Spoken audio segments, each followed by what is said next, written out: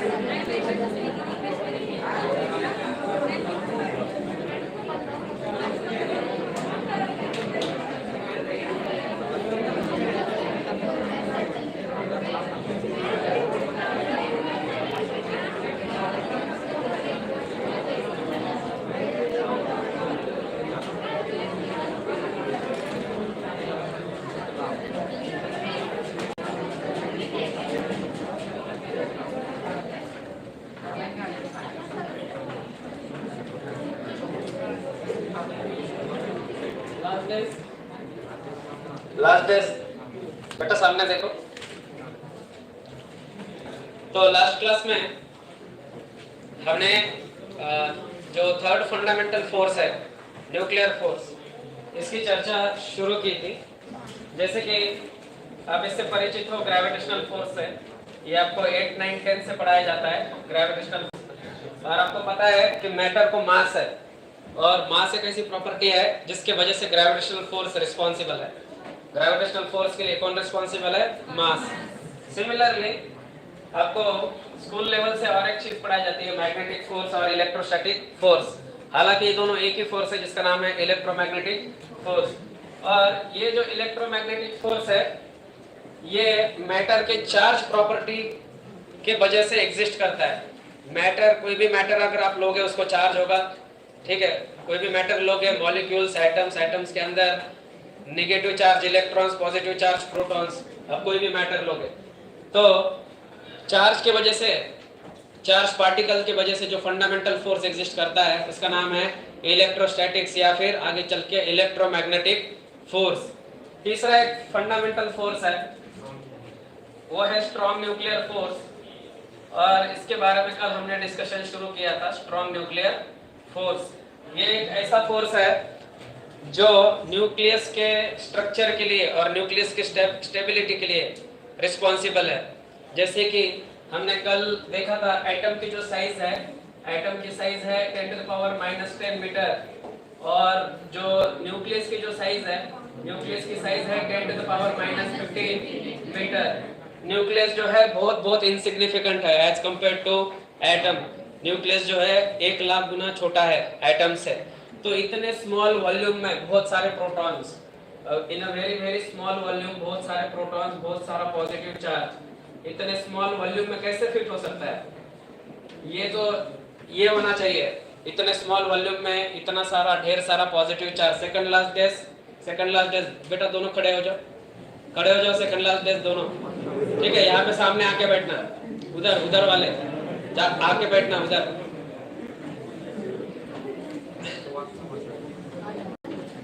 बेटा उधर नहीं, इधर लास्ट डेस्क पे आ जाओ, इधर मेरा ध्यान रहना चाहिए आपके पास।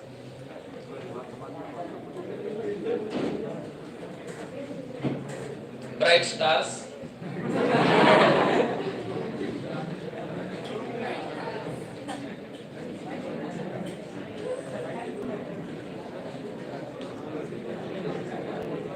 तो देख लो कोई भी एलिमेंट आप चूज कर सकते हो।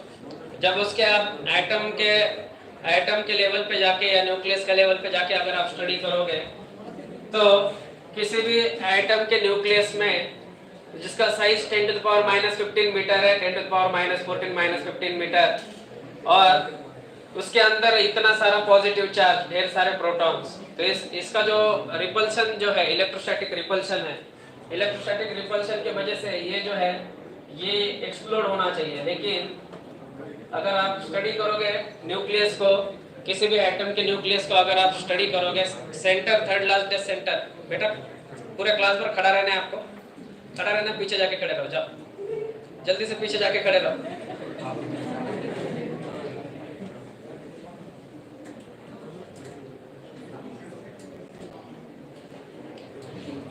तो इतने स्मॉल स्पेस में, इतने स्मॉल वॉल्यूम में ढेर सारा पॉजिटिव चार्ज, ये जो पॉजिटिव चार्ज के वजह से रिपल्शन के, अगर इतना सारा पॉजिटिव चार्ज अगर आप बहुत स्मॉल वॉल्यूम में, बहुत स्मॉल स्पेस में अगर आप इसको रख दोगे तो ये एक्सप्लोड करना चाहिए, लेकिन ऐसा नहीं होता। न्यूक्लियस जो है वो जनरली स्टेबल होता है, अननेसेसरी किसी भी एटम का न्यूक्लियस एक्सप्लोड नहीं करता। तो इसकी खोज की गई, अलग अलग थ्योरीज आई, एक्सपेरिमेंट्स किए गए, और बाद में पता चला कि नेचर में थर्ड फंडामेंटल फोर्स एग्जिस्ट करता है जिसका नाम है न्यूक्लियर फोर्स या स्ट्रॉन्ग न्यूक्लियर फोर्स, और ये रिस्पॉन्सिबल है न्यूक्लियस के स्टेबल स्ट्रक्चर के लिए, न्यूक्लियस के स्टेबिलिटी के लिए, न्यूक्लियस के स्टेबल स्ट्रक्चर के लिए जो फोर्स, जो फंडामेंटल फोर्स रिस्पॉन्सिबल है उसको क्या कहते हैं? Strong nuclear force. और इसके बारे में कुछ हमने चर्चा की थी कि ये जो न्यूक्लियर फोर्स है ये सबसे स्ट्रॉन्ग फोर्स है नेचर में, क्योंकि अगर आप कंपैरिजन करोगे स्ट्रॉन्ग न्यूक्लियर फोर्स ये किससे मैग्नीट्यूड वाइज किससे ज्यादा है? इलेक्ट्रोमैग्नेटिक फोर्स से ज्यादा है, और इलेक्ट्रोमैग्नेटिक फोर्स ग्रेविटी से ज्यादा स्ट्रॉन्ग है। तो ये कुछ कंपैरिजन है। ग्रेविटी सबसे वीक फोर्स है, उसके बाद जो स्ट्रॉन्ग फोर्स है वो कौन सा है? इलेक्ट्रोमैग्नेटिक। और मैग्नेटिक फोर्स से भी जो और ज्यादा स्ट्रॉन्ग है वो कौन सा है? Strong nuclear force. और ये जो स्ट्रॉन्ग न्यूक्लियर फोर्स है इसकी मैग्नीट्यूड कितना है? 50 to 60 times as that of electromagnetic force. इतना डिस्कशन कल हमने किया था, यस और नो? ठीक है, तो इसमें किसी को कुछ पूछना है क्या? इसमें जितना हमने डिस्कस कर चुके हैं नहीं? आगे डिस्कशन करते हैं न्यूक्लियर फोर्स से रिलेटेड ही। तो न्यूक्लियर फोर्स जो है, अगर आप ग्रेविटी को देखोगे, ग्रेविटी जो फोर्स है इसकी रेंज बहुत ज्यादा है। Range of gravitational force, gravity का जो रेंज है वो प्रैक्टिकली इनफाइनाइट है। कितना है? प्रैक्टिकली इनफाइनाइट, क्योंकि ये जो है अलग अलग प्लैनेट्स को सन के इर्द गिर्द ये बाइंड करके रखता है। अलग अलग सोलर सिस्टम्स को गैलेक्सी के जो सेंटर ऑफ गैलेक्सी है उसके इर्द गिर्द ने के अलग अलग सोलर सिस्टम्स को बाइंड करके रखता है। अलग अलग गैलेक्सीज के बीच में एक रिलेटिव मोशन होता है। हमारी जो गैलेक्सी है उसका नाम है मिल्की वे गैलेक्सी। तो ऐसे बहुत सारे n नंबर ऑफ गैलेक्सीज है, millions of thousands of galaxies है नेचर में। तो दो अलग अलग गैलेक्सीज के बीच में रिलेटिव मोशन है, किसकी वजह से? ग्रेविटेशनल फोर्स की वजह से। तो ग्रेविटेशनल फोर्स की जो रेंज है, ये इसका जो इफेक्टिव डिस्टेंस है प्रैक्टिकली कितना है? इनफाइनाइट। सिमिलरली ये जो इलेक्ट्रोमैग्नेटिक फोर्स जो है, इलेक्ट्रोमैग्नेटिक फोर्स, इसका भी रेंज इनफाइनाइट है। लेकिन जनरली क्या होता है ना, नेचर में जितना नेचर में जो मैटर है वो मैटर मॉलिक्यूल से बना है, और मॉलिक्यूल किससे बने हैं? एटम से बने हैं। और हर एटम में जितना पॉजिटिव चार्ज है उतना ही नेगेटिव चार्ज है। इसलिए हम इसका जो रेंज है या इसके जो इफेक्टिव डिस्टेंस है, इसको हम ज्यादा परसीव नहीं कर पाते, क्योंकि जो मैटर है वो मैटर जनरली कैसे होता है? इलेक्ट्रिकली न्यूट्रल होता है, इसलिए इसका रेंज हम ज्यादा परसीव नहीं कर पाते। लेकिन एक्चुअल में इसका रेंज कितना है? इनफाइनाइट। और इनफाइनाइट रेंज होना भी चाहिए, क्योंकि दोनों का फार्मूला सेम है।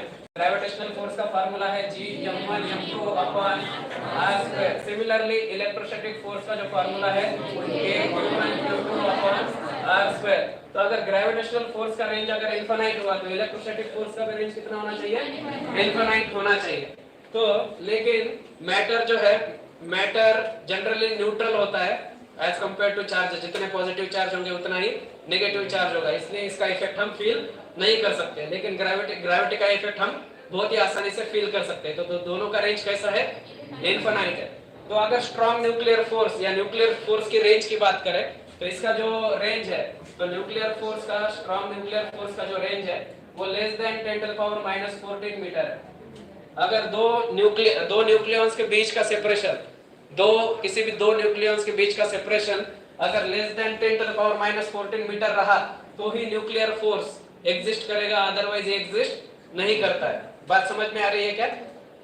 So the range of nuclear force is very very small. It is less than 10⁻⁻14 metre. दो न्यूक्लियॉन्स के बीच में, मान लो कि नहीं क्या, दो न्यूट्रॉन्स है या फिर दो प्रोटॉन्स है या फिर एक प्रोटॉन और एक न्यूट्रॉन है, तो इन दोनों के बीच में, दो न्यूट्रॉन्स के बीच में, दो प्रोटॉन्स के बीच में, या फिर एक प्रोटॉन और न्यूट्रॉन के बीच में न्यूक्लियर फोर्स तभी एग्जिस्ट करेगा जब इनका सेपरेशन कितना होना चाहिए?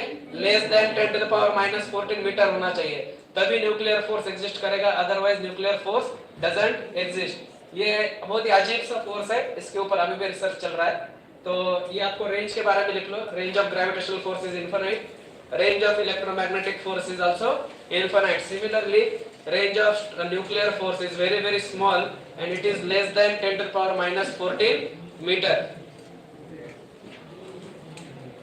रेंज का मतलब है distance up to which the force is effective. Range का मतलब क्या है? वो मैक्सिमम डिस्टेंस जिसके लिए आप उस फोर्स का इफेक्ट नहीं क्या फील कर सकते हो।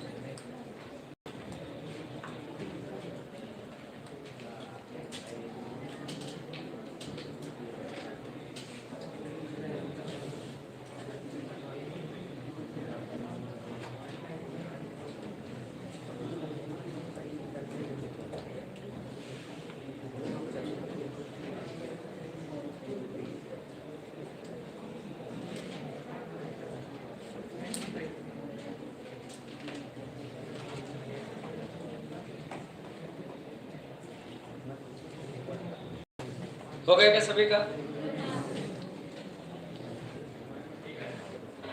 तो ये जो रेंज है स्ट्रॉन्ग न्यूक्लियर फोर्स की, ये less than 10 to the power minus 14 metre, ये एक्सपेरिमेंटल फैक्ट है।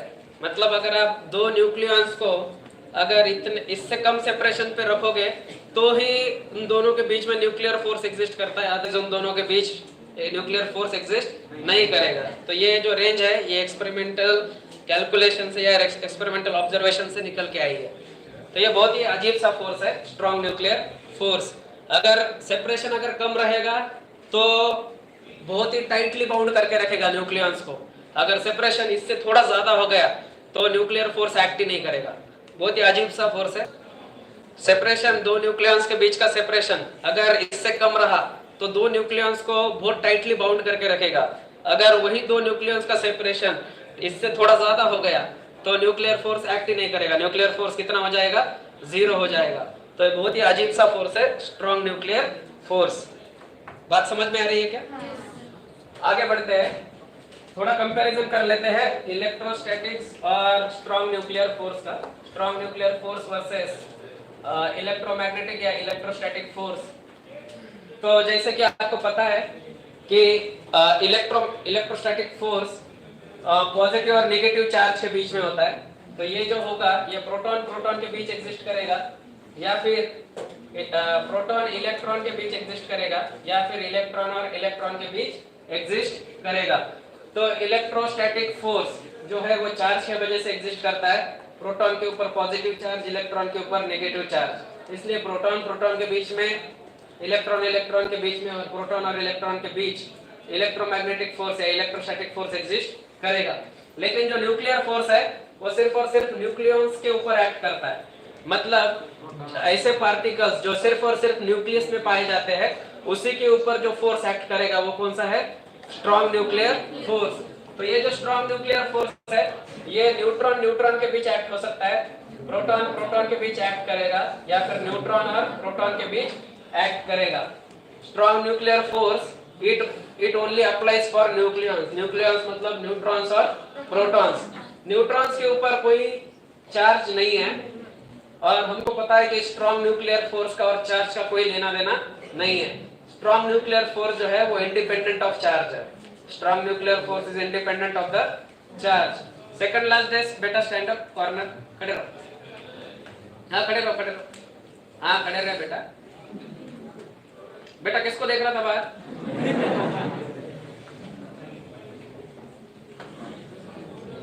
किसके ख्यालों में खोए थे आप?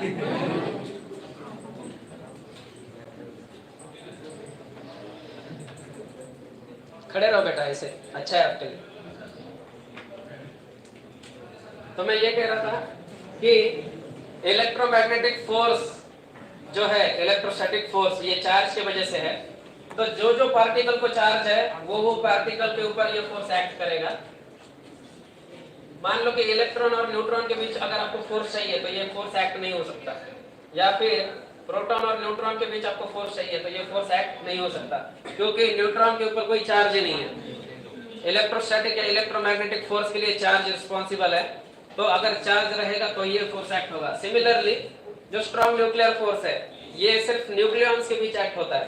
तो neutron neutron, proton proton, neutron proton, इनके बीच फोर्स एक्ट होगा, स्ट्रॉन्ग न्यूक्लियर फोर्स। लेकिन मान लो कि आपको न्यूट्रॉन और इलेक्ट्रॉन के बीच नहीं, कि आपको फोर्स चाहिए, तो ये एक्ट नहीं होगा।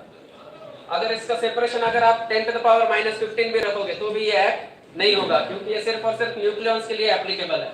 सिमिलरली प्रोटॉन और इलेक्ट्रॉन के बीच भी फोर्स एक्ट नहीं होगा। बात समझ में आ रही है क्या? This is the comparison of electrostatic force versus nuclear force. समझ में आ रहा है? Comparison of electrostatic force versus nuclear force.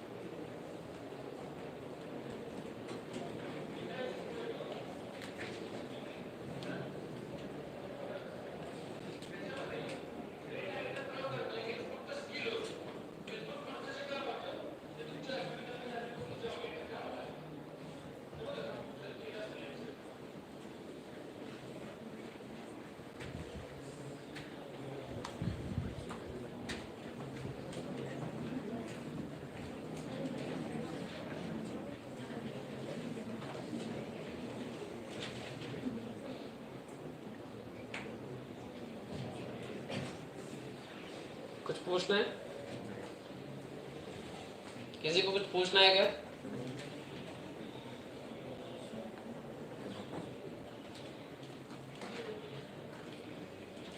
हो गया सभी का? ओके, लिख लो।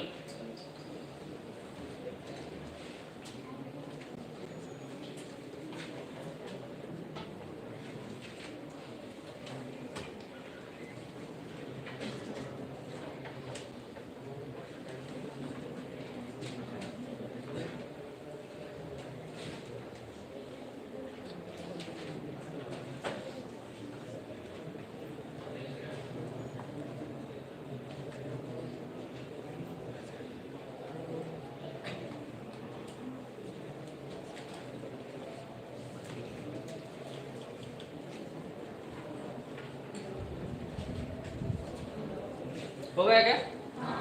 कितने लोग बाकी है?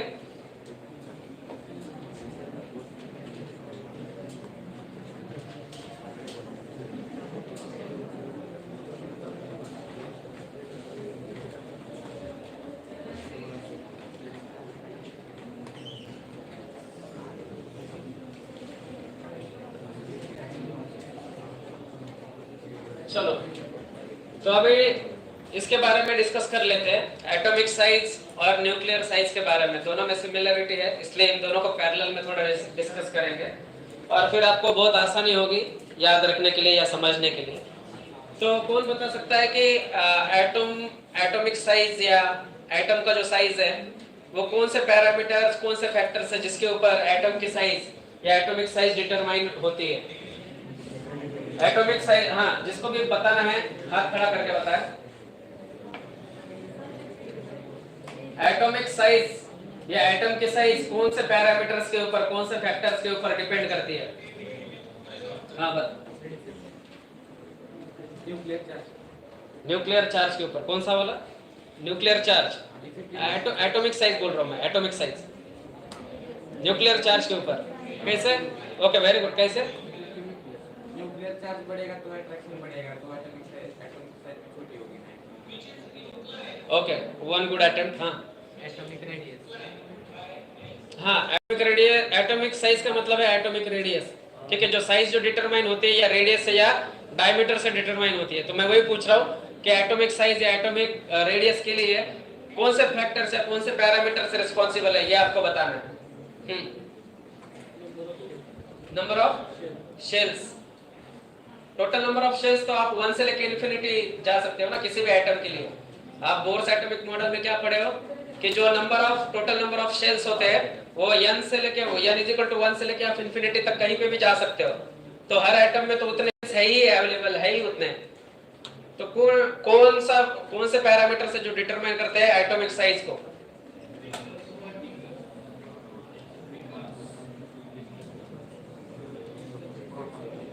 व्हाइट शर्ट बेटा, खड़े रहो, खड़े रहो। हाँ, खड़े रहो। आपका शुभ नाम क्या है? कमल।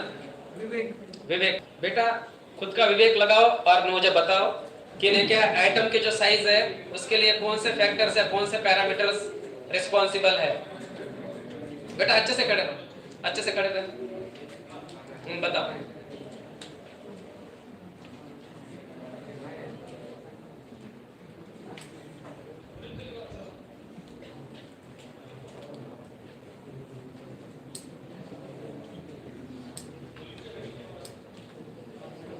सेंटर आप कुछ बता रहे थे। Total number of electrons. Yes, very good. थोड़ा इलेबोरेट करना चाहोगे आप?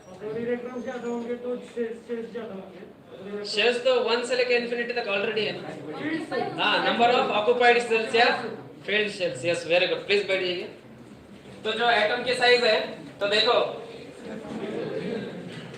हम हाइड्रोजन एटम कंसीडर करते हैं। हाइड्रोजन एटम को कंसीडर करेंगे, इसमें एक प्रोटॉन है और बाद में है एक इलेक्ट्रॉन। क्या है? एक इलेक्ट्रॉन। और जो दूसरे ऑर्बिट्स है वो हाइपोथेटिकल है। कैसे है? हाइपोथेटिकल, क्योंकि इन ऑर्बिट्स का कोई मतलब नहीं है हाइड्रोजन एटम के लिए, क्योंकि हाइड्रोजन एटम में घुमा फिरा के कितने नंबर ऑफ इलेक्ट्रॉन है? एक इलेक्ट्रॉन है। और एक इलेक्ट्रॉन कहाँ पे चला जाएगा? अल्टीमेटली ग्राउंड स्टेट में n = 1 में चला जाएगा। इलेक्ट्रॉन अगर आप उसको एनर्जी दोगे थोड़ी देर के लिए यहाँ पे रहेगा, फिर से वापस ग्राउंड स्टेट में चला जाएगा, क्योंकि ग्राउंड स्टेट की जो स्टेबिलिटी है वो सबसे ज्यादा है, जिसकी पोटेंशियल एनर्जी सबसे कम, उसकी स्टेबिलिटी क्या है सबसे ज्यादा। तो इलेक्ट्रॉन कहाँ पे चला जाएगा, ग्राउंड स्टेट में। और अगर आप इसको डिस्टर्ब नहीं करोगे, अगर आप इसको एनर्जी नहीं दोगे, रेडिएशन नहीं इंसिडेंट करोगे, इसको डिस्टर्ब नहीं करोगे, तो ये अनंत काल तक ग्राउंड स्टेट में रहने वाला, ये ऊपर नहीं आने वाला। बात समझ में आ रही है क्या? तो जो हाइड्रोजन आइटम का जो ये है साइज है वो किससे डिटरमाइन होगा, फर्स्ट ऑर्बिट से। सिमिलरली हम सोडियम की बात कर लेते हैं। सोडियम का एटॉमिक नंबर कितना है, 11। तो इसके अंदर 11 प्रोटॉन्स, 2 इलेक्ट्रॉन्स पहले ऑर्बिट में, बाद में दूसरे ऑर्बिट में 8 इलेक्ट्रॉन, सही है क्या? और तीसरे ऑर्बिट में भी कितने इलेक्ट्रॉन्स होंगे, 1 इलेक्ट्रॉन। बात समझ में आ रही है? तो देख लो आपके सामने है, इसमें भी अलग अलग ऑर्बिट्स अवेलेबल है, लेकिन ये ऑर्बिट्स हाइपोथेटिकल है इस सोडियम आइटम के लिए। तो सोडियम आइटम की जो साइज है वो कौन डिटरमाइन करेगा, 3 orbits, 3 number 1 2 and 3 number of field orbits ये डिटरमाइन करेगा। सिमिलरली हाइड्रोजन आइटम की जो साइज है वो सिर्फ और सिर्फ फर्स्ट ऑर्बिट डिटरमाइन करेगा। बात समझ में आ रही है क्या? तो घुमा फिरा के हम इसको बहुत ही आसान लैंग्वेज में बता सकते हैं कि टोटल नंबर ऑफ इलेक्ट्रॉन्स या एटॉमिक नंबर या number of field orbits, this will determine the size of atom. Total number of electrons, atomic number या फिर number of field orbits, this will determine the size of atom. बात समझ में आ रही है?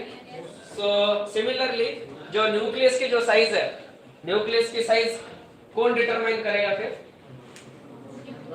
यहाँ पे total number of electrons atom की साइज डिटरमाइन कर रहे हैं। तो सिमिलरली न्यूक्लियस की साइज, प्रोटॉन्स मत बोलो, टोटल नंबर ऑफ न्यूक्लियॉन्स बोलो, क्योंकि न्यूक्लियस में और एक न्यूट्रल पार्टिकल है जिसका नाम है neutron.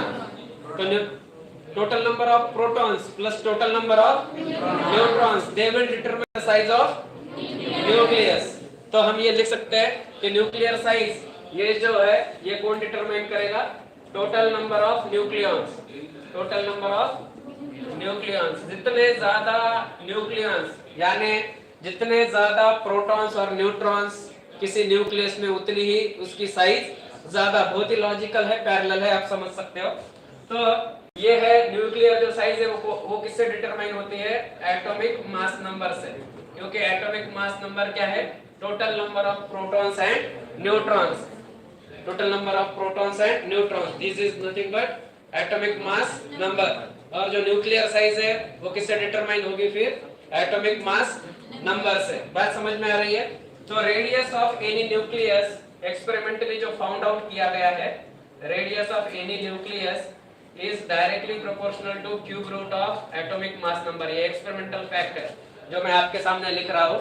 Radius of any nucleus, ठीक है, it is found out that radius of any nucleus is directly proportional to cube root of atomic mass number. जितना ज्यादा एटॉमिक मास नंबर उतना ही रेडियस ज्यादा। और उनका जो करेक्ट रिलेशन है, correct relation between, mathematical relation between radius and atomic mass number, वो कितना है, radius is directly proportional to cube root of atomic mass number. यहाँ पे इस प्रोपोर्शनलिटी को, साइन को रिमूव करेंगे और इक्वलिटी को इंट्रोड्यूस करेंगे। तो एक कांस्टेंट हमको इंट्रोड्यूस करना पड़ेगा। वो जो कांस्टेंट है वो क्या है, R nought. R nought A to the power 1/3। R nought को कहा जाता है फर्मी कांस्टेंट। आर नॉट को क्या कहते हैं, फर्मी कांस्टेंट। क्योंकि ये जो इक्वेशन दिया है ये फर्मी नाम के साइंटिस्ट ने हमको दिया था। बहुत सारा रिसर्च किया उन्होंने। फर्मी नाम के जो साइंटिस्ट है, इटालियन साइंटिस्ट, उन्होंने रिसर्च किया इसके ऊपर। उन्होंने खोज की कि radius is directly proportional to cube root of atomic mass number. और बाद में एक कांस्टेंट आपको इंट्रोड्यूस करना पड़ेगा इक्वलिटी को, साइन को इंट्रोड्यूस करने के लिए। ये आर नॉट क्या है, एक मैथमेटिकल कांस्टेंट है और इसको क्या कहते हैं, फर्मी कांस्टेंट। और आर नॉट की एक वैल्यू है, आर नॉट की वैल्यू है 1.5 × 10⁻⁻15 metre. Sorry, this is 1.2 × 10⁻⁻15 meter. So Fermi constant has a value 1.2 × 10⁻⁻15 meter. -15 metre को फेम्टोमीटर या फर्मी भी कहा जाता है। 10⁻⁻15 मीटर को क्या कहते हैं, फर्मी या फेम्टोमीटर। तो लिख लो, nuclear size is determined by total number of nucleons, यानी कि एटॉमिक मास नंबर।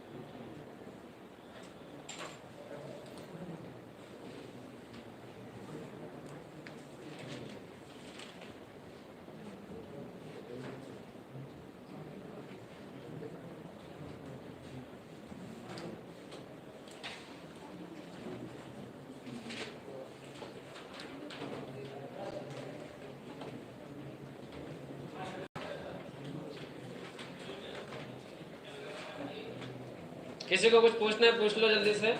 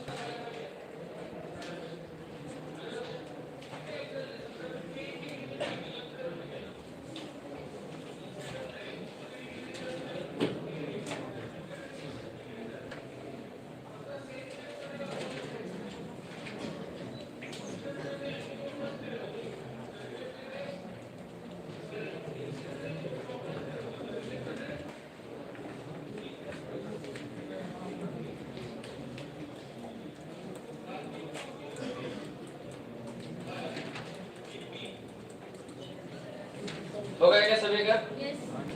कितने स्टूडेंट बाकी है?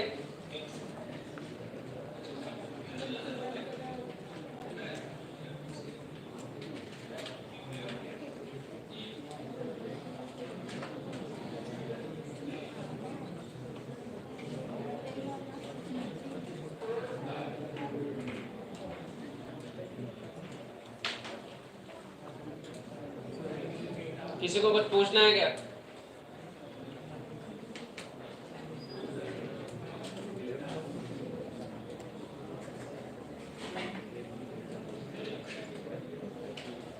चलो हो गया क्या? तो अभी ध्यान देना, radius directly proportional to cube root of atomic mass number. एक कांस्टेंट है जिसका नाम है फर्मी कांस्टेंट, आर नॉट, जिससे डिनोट किया जाता है। फर्मी नाम के साइंटिस्ट ने इक्वेशन दिया था, इसलिए इस कांस्टेंट को फर्मी कांस्टेंट भी कहते हैं। फर्मी कांस्टेंट की जो वैल्यू है वो है 1.2 फर्मी या फिर 1.2 फेम्टोमीटर। फेम्टोमीटर आपको पता है 10⁻⁻15 मीटर।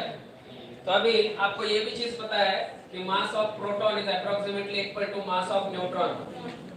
और हम क्या करेंगे, इसको इक्वेट कर देंगे यम से, और यम को क्या कहेंगे, average mass of proton and neutron. तो ध्यान से देख लो, mass of proton approximately equal to mass of neutron, इन दोनों का एवरेज निकालो, उसको मैंने कहा यम। यम क्या है, average mass of proton and neutron. Average कैसे निकालते हैं आप जानते हो। तो मुझे क्या करना है, मुझे डेंसिटी निकालनी है न्यूक्लियस की। तो डेंसिटी ऑफ न्यूक्लियस, डेंसिटी का फार्मूला क्या है, मास अपॉन वॉल्यूम। तो डेंसिटी ऑफ न्यूक्लियस के लिए क्या लिखना पड़ेगा, मास अपॉन वॉल्यूम ऑफ न्यूक्लियस। सही है क्या? जनरली हम एटम्स को और जो न्यूक्लियस है उसको स्फेरिकल मान के चलते हैं। कौन सा क्या मानते हैं, स्फेरिकल या स्फीयर मान के चलते हैं। और स्फीयर का जो वॉल्यूम होता है वो कितना होता है, 4/3 पाई आर क्यूब। तो उसी का इस्तेमाल करेंगे वॉल्यूम के लिए। वॉल्यूम ऑफ न्यूक्लियस या वॉल्यूम ऑफ एटम के लिए हम उसको स्फीयर मानेंगे, और स्फीयर का वॉल्यूम आपको पता है 4/3 पाई आर क्यूब। जो मास है न्यूक्लियस का, मास किससे आता है, न्यूक्लियस का मास किससे आएगा, टोटल नंबर ऑफ न्यूक्लियॉन से। ठीक है, क्योंकि सारा के सारा मास कौन कैरी करता है, हाँ, प्रोटॉन और न्यूट्रॉन। तो टोटल जो न्यूक्लियस का मास है उसको मैं कैसे लिखूंगा, अगर उसका एटॉमिक मास नंबर आपको पता हो, किसी न्यूक्लियस का अगर आपको उसका एटॉमिक मास नंबर पता हो तो उसका मास कितना होगा फिर देख लो ध्यान से। A इंटू यम, यम क्या है, average mass of proton and neutron. बात सही है क्या? ये एक प्रोटॉन का या एक न्यूट्रॉन का मास है, उसको टोटल नंबर ऑफ न्यूक्लियॉन से अगर मल्टीप्लाई करोगे तो आपको टोटल मास मिलेगा, किसका, न्यूक्लियस का। बात समझ में आ रही है? तो this is mass of nucleus. Denominator में क्या लिखूंगा, 4/3 पाई आर क्यूब। तो इसका क्यूब करना पड़ेगा मुझे। बात सही है क्या? तो इसका क्यूब क्या हो जाएगा, देख लो, आर नॉट क्यूब इंटू ए। बात समझ में आ रही है? तो देखो न्यूमरेटर में ए, डिनोमिनेटर में ए, तो ये जो है कैंसिल हो जाएगा। तो ये जो 3 है ये न्यूमरेटर में चला जाएगा, तो क्या है 3m upon 4 pi R nought cube. ध्यान से देख लो इस नंबर को, 3m upon 4 pi R nought cube. 3 constant, average mass of proton and neutron constant, 4 constant, pi constant, R nought की वैल्यू वहां पे देख लो 1.2 femtometre, that is also constant. तो ये जो पूरा है density of any nucleus, density of any nucleus is constant. बात समझ में आ रही है क्या? Because all the terms in the density they are constant. तो density of any element, density of any nucleus of any element is constant. So इससे ये आपको लिखना है कि न्यूक्लियस का जो वॉल्यूम है वो वेरी करता है, न्यूक्लियस का मास भी मास वेरी करता है, लेकिन न्यूक्लियस की डेंसिटी वेरी नहीं करती। न्यूक्लियस की डेंसिटी क्या है? फिक्स है, कांस्टेंट है। बात समझ में आ रही है? ये मैथमेटिकल प्रूफ है आपके लिए, लिखो जल्दी से। The density of nucleus is fix, it is constant. Nucleus का मास वेरी करेगा, वॉल्यूम वेरी करेगा, लेकिन डेंसिटी उसकी फिक्स है।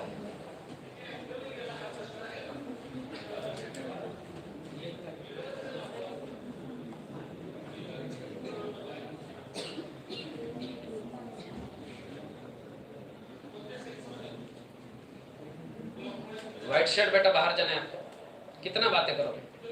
देखो ना खुद का देखो।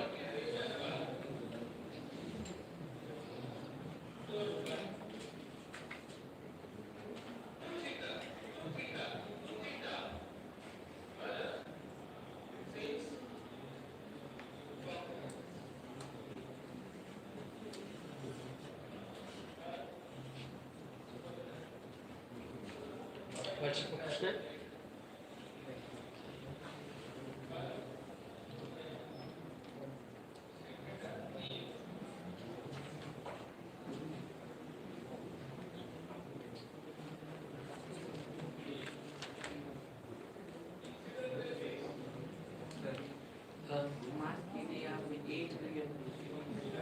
देखो बेटा ये आपको चीज पता है, mass of proton is approximately equal to mass of neutron. तो मैंने क्या किया, प्रोटॉन को न्यूट्रॉन को ऐड करके उनका एवरेज निकाला। उस एवरेज को क्या माना मैंने? Small m। तो जो न्यूक्लियस का जो मास है वो कहां से निकलेगा? टोटल नंबर ऑफ प्रोटॉन से और न्यूट्रॉन से। Total number of protons and neutrons मुझे कहां से मिलेंगे? एटॉमिक मास नंबर से। किसी भी एलिमेंट के न्यूक्लियस के लिए मुझे एटॉमिक मास नंबर पता है, तो मैं उसको क्या m से जब मल्टीप्लाई करूंगा, ये क्या है? Total number of nucleons. ये क्या है? Average mass of nucleon. This is average mass of nucleon, this is total number of nucleons. इन दोनों को जब मैं मल्टीप्लाई करूंगा तो मुझे मिलेगा average complete mass of nucleus. तो this is mass upon volume. हमको डेंसिटी किसकी निकालनी है? न्यूक्लियस की। तो न्यूक्लियस का मास रखो, न्यूक्लियस की वॉल्यूम रखो, आपको किसकी डेंसिटी मिलेगी? न्यूक्लियस की। और कुछ किसी को कुछ पूछना है?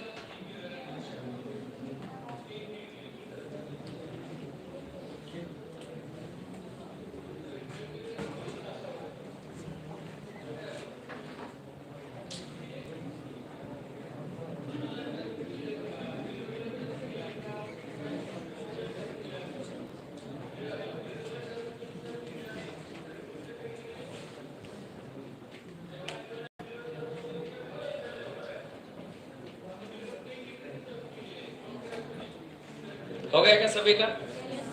कोई बाकी है?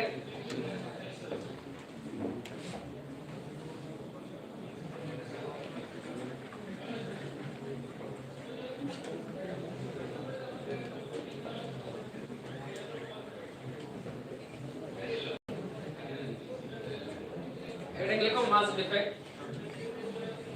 Mass defect heading, new topic, mass defect. Mass defect.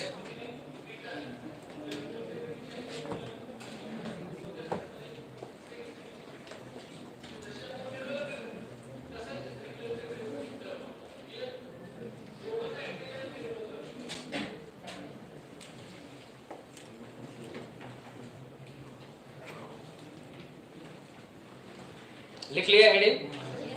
अभी ध्यान देना बोर्ड के पास, बोर्ड की तरफ ध्यान दो। मान लो कि मेरे पास एक हेलियम न्यूक्लियस है और हेलियम का जो एटॉमिक नंबर है 2, एटॉमिक मास नंबर 4, तो इसके अंदर 2 प्रोटॉन्स और 2 न्यूट्रॉन्स। तो ऐसा सोचा गया कि अगर मुझे हेलियम न्यूक्लियस का मास अगर कैलकुलेट करना है, तो हेलियम न्यूक्लियस के मास को अगर मुझे कैलकुलेट करना है तो ऐसे होना चाहिए, mass of helium nucleus this should be equal to 2 times mass of proton plus 2 times mass of neutron. सही है क्या? दिस इज एक्सपेक्टेड, ये ऐसे होना चाहिए। बात समझ में आ रही है? क्योंकि हेलियम न्यूक्लियस के अंदर 2 प्रोटॉन्स है और 2 न्यूट्रॉन्स है, तो मास ऑफ हेलियम न्यूक्लियस कितना होना चाहिए?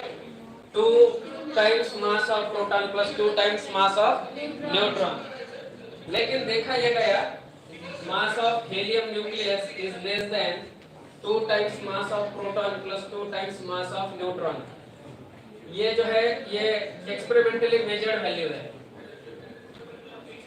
हमने क्या सोचा, हेलियम न्यूक्लियस के अंदर 2 प्रोटॉन्स है और 2 न्यूट्रॉन्स है, तो मुझे प्रोटॉन का मास पता है, मुझे न्यूट्रॉन का मास पता है, तो मैं 2 times mass of proton plus 2 times mass of neutron करूंगा, तो मुझे क्या मिलना चाहिए? मास ऑफ हेलियम न्यूक्लियस मिलना चाहिए। दिस इज एक्सपेक्टेड, बहुत लॉजिकल है, कॉमन सेंस भी यही कहता है। लेकिन जब एक्सपेरिमेंटली जब वैल्यू को मेजर किया गया मास ऑफ हेलियम न्यूक्लियस को, तो it is less than 2 times mass of proton plus 2 times mass of neutron.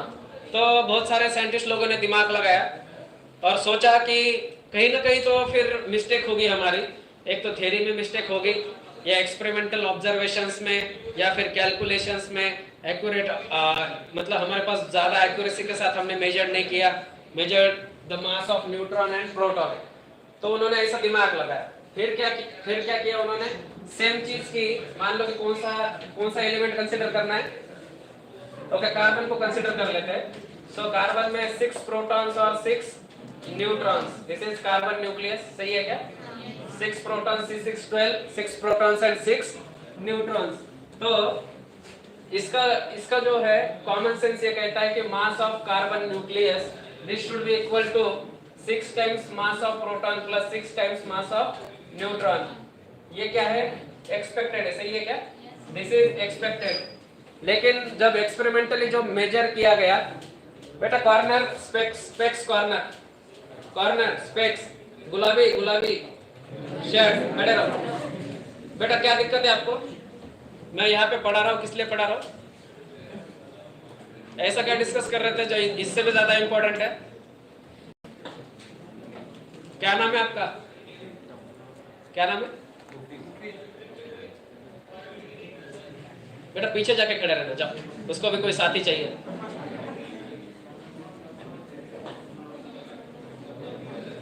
हाँ खड़े रहो ऐसे। तो सेम चीज की गई कार्बन न्यूक्लियस के साथ, जो एक्सपेक्टेड है mass of carbon nucleus it should be 6 times mass of proton plus 6 times mass of neutron. Experimentally जो मेजर्ड वैल्यू आई वो आई less than 6 times mass of proton plus 6 times mass of neutron. तो ये measured value है, experimentally measured value, और ये हर element के साथ, हर न्यूक्लियस के साथ ये रिपीट किया गया। और फिर सोचने लग गए सब लोग कि ये हो क्या रहा है। लॉजिक कॉमन सेंस ये कहता है कि अगर न्यूक्लियस 2 प्रोटॉन और 2 न्यूट्रॉन से बना हुआ है, हेलियम न्यूक्लियस, तो उसका मास इतना होना चाहिए, 2 times mass of proton plus 2 times mass of neutron. But always her element के साथ, हर न्यूक्लियस के साथ जो मेजर्ड मास है वो एक्सपेक्टेड मास से क्या आ रहा है? कम आ रहा है। तो इसी को कहते हैं mass defect. The mass defect is nothing but the mass difference between expected mass and measured mass। ऐसा क्यों होता है आप इसके बारे में सोचो, आपका आंसर भी मिलेगा। लेकिन जो डिफरेंस है, the mass difference between expected value and measured value, that mass difference is nothing but mass defect। mass defect को याद रखने का तरीका, mass defect is nothing but mass difference between expected value and measured value। और एक चीज याद रखने लायक है, हमेशा measured value expected value से कम है। Always the measured value is less than expected value। So this difference in mass between the measured value and expected value, this is called as mass defect। तो लिखो मेरे साथ, the difference between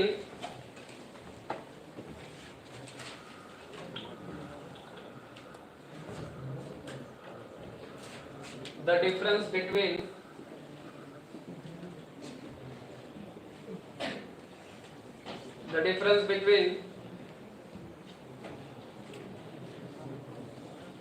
expected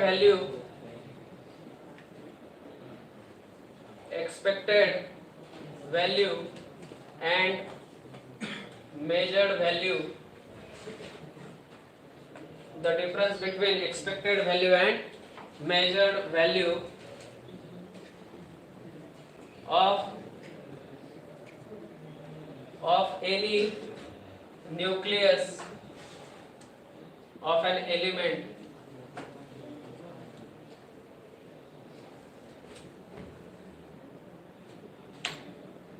the difference between expected value and measured value of mass of nucleus of an element is known as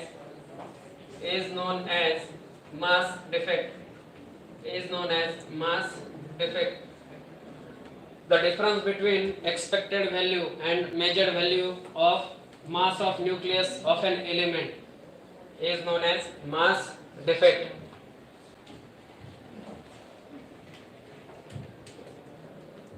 The difference between expected value and measured value of mass of nucleus of an element.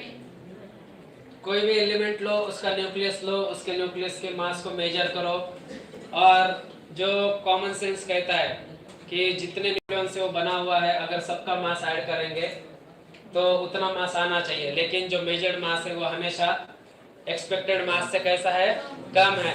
तो ये जो difference है मास में जो difference आता है measured value में और एक्सपेक्टेड वैल्यू में, इसको क्या कहते हैं, मास डिफेक्ट। बात समझ में आ रही है क्या? तो इसके बारे में सोचो, ऐसा क्यों हो रहा है? ये एक्सपेरिमेंटल एरर नहीं है, ये थ्योरी में कुछ गड़बड़ नहीं है, हमारे कैलकुलेशंस भी सही है, एक्यूरेसी भी सही है, सब कुछ सही रहने के बाद, सारे कैलकुलेशन सारे मेजरमेंट सही रहने के बाद ऐसा हो रहा है कि जो मेजर्ड वैल्यू है वो हमेशा कम आ रही है। तो इसको कहते हैं मास डिफेक्ट। इसके पीछे रीजन क्या हो सकता है, इसके बारे में सोचना आप, ठीक है? सो मास डिफेक्ट समझ में आया? द डिफरेंस, किसी को कुछ पूछना है? ये एग्जांपल लिख लो, हेलियम का एक एग्जांपल, कोई भी एक एग्जांपल लिख लो आपके मन से, right? Any one of the example. सबसे सिंपल एग्जांपल हेलियम का, आपको और कुछ लिखना है तो और कुछ लिख सकते हो।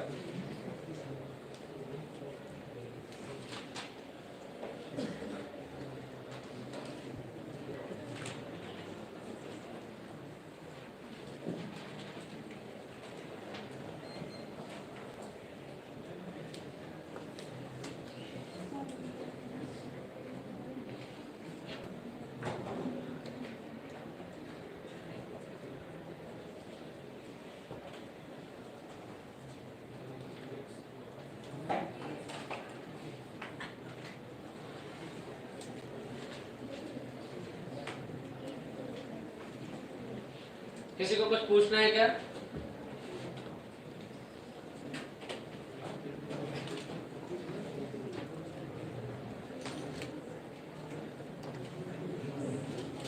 ये एग्जांपल लिख लिया?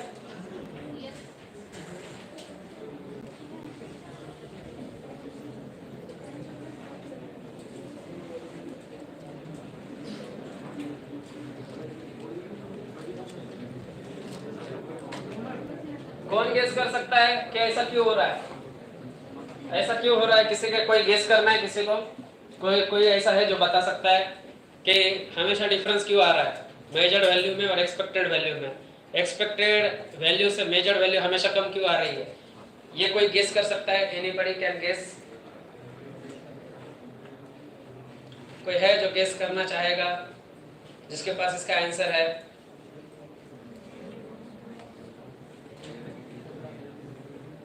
नहीं?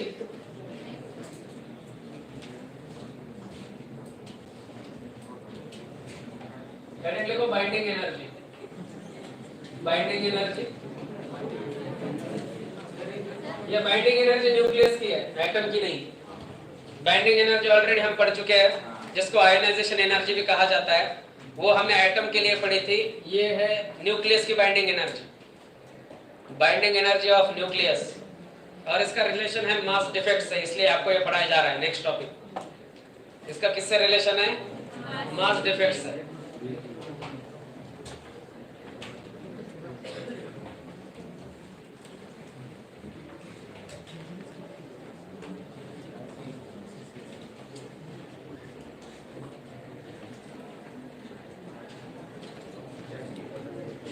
लिख लिया सभी ने? तो मैं आपसे एक सवाल पूछता हूं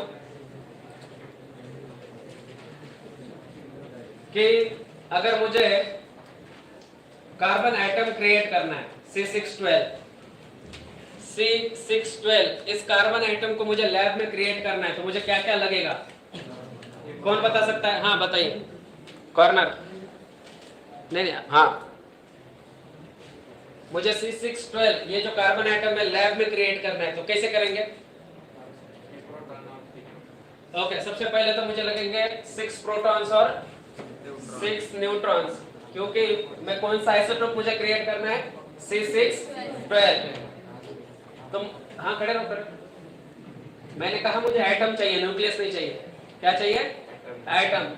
तो 6 प्रोटॉन्स चाहिए, 6 न्यूट्रॉन्स चाहिए, तो इनको मिला के मैं सबसे पहले क्या क्रिएट करूंगा? न्यूक्लियस। तो कार्बन न्यूक्लियस पहले क्रिएट करेंगे, बात सही है क्या? आगे कितने इलेक्ट्रॉन्स लगेंगे? 6 इलेक्ट्रॉन्स लगेंगे। तो इसमें एक बार ये न्यूक्लियस क्रिएट हो गया तो मुझे 6 इलेक्ट्रॉन्स चाहिए। पहले दो इलेक्ट्रॉन्स फर्स्ट ऑर्बिट और बाकी के 4 इलेक्ट्रॉन्स सेकंड ऑर्बिट में। बात सही है क्या? तो ऐसे क्या हो जाएगा? कार्बन एटम क्रिएट हो जाएगा। बात सही है? तो सिमिलरली अगर मान लो कि मुझे कार्बन एटम की जगह सिंपली हाइड्रोजन एटम क्रिएट करना है, हाइड्रोजन एटम को सिर्फ क्या चाहिए? एक प्रोटॉन और एक इलेक्ट्रॉन। सो एक प्रोटॉन है, एक इलेक्ट्रॉन है। अगर मेरे पास ये दो है, एक प्रोटॉन और एक इलेक्ट्रॉन, तो मुझे क्या मिल सकता है? Hydrogen atom. बात सही है क्या? लेकिन देखो इसमें क्या होगा, जब आप लैब में हाइड्रोजन एटम को क्रिएट करने की कोशिश करोगे तो इसमें होगा क्या? देख लो, मेरे पास एक प्रोटॉन है और एक इलेक्ट्रॉन है। बातें मत करो, ध्यान दो, इंपॉर्टेंट है। तो मेरे पास एक प्रोटॉन है, एक इलेक्ट्रॉन। तो प्रोटॉन का रहेगा सेंटर में और इलेक्ट्रॉन इसके इर्द गिर्द घूमेगा। तो जब मैं एक इलेक्ट्रॉन को या एक प्रोटॉन को दोनों को साथ में ले आऊंगा तो एक हाइड्रोजन एटम या 1 इलेक्ट्रॉन सिस्टम को मैं जनरेट कर रहा हूँ, क्रिएट कर रहा हूँ। इलेक्ट्रॉन फाइनली कहाँ सेटल हो जाएगा? n=1 में। जब मैं इलेक्ट्रॉन और प्रोटॉन जब सेपरेटेड थे तब मैं मान के चलता हूँ कि इलेक्ट्रॉन कहाँ पे है? इंफिनिटी पे। कहाँ पे है? इंफिनिटी पे। सिर्फ एक मिनट, इलेक्ट्रॉन इनिशियली कहाँ पे है? इंफिनिटी पे। फाइनली इलेक्ट्रॉन कहाँ चला जाएगा? 1 में। अगर एटम को अगर क्रिएट करना है तो जो एक प्रोटॉन और एक इलेक्ट्रॉन जो सेपरेटेड है उसको साथ में लाना पड़ेगा। तो इलेक्ट्रॉन इंफिनिटी से कहाँ गिरेगा? या ग्राउंड स्टेट में। तो एनर्जी कितनी रिलीज होगी? 13.6 इलेक्ट्रॉन वोल्ट। सही है क्या? इतनी एनर्जी रिलीज होगी। ठीक है, तो इसके आगे की चर्चा कल करेंगे। बस इतना याद रखो कि जब भी हम एटम को क्रिएट करने की कोशिश करेंगे लैब में तो एनर्जी इमिट होगी, एनर्जी रिलीज होगी। बात समझ में आ रही है? क्योंकि इलेक्ट्रॉन कहाँ से गिरेगा? इनफाइनाइट स्टेट से ग्राउंड स्टेट।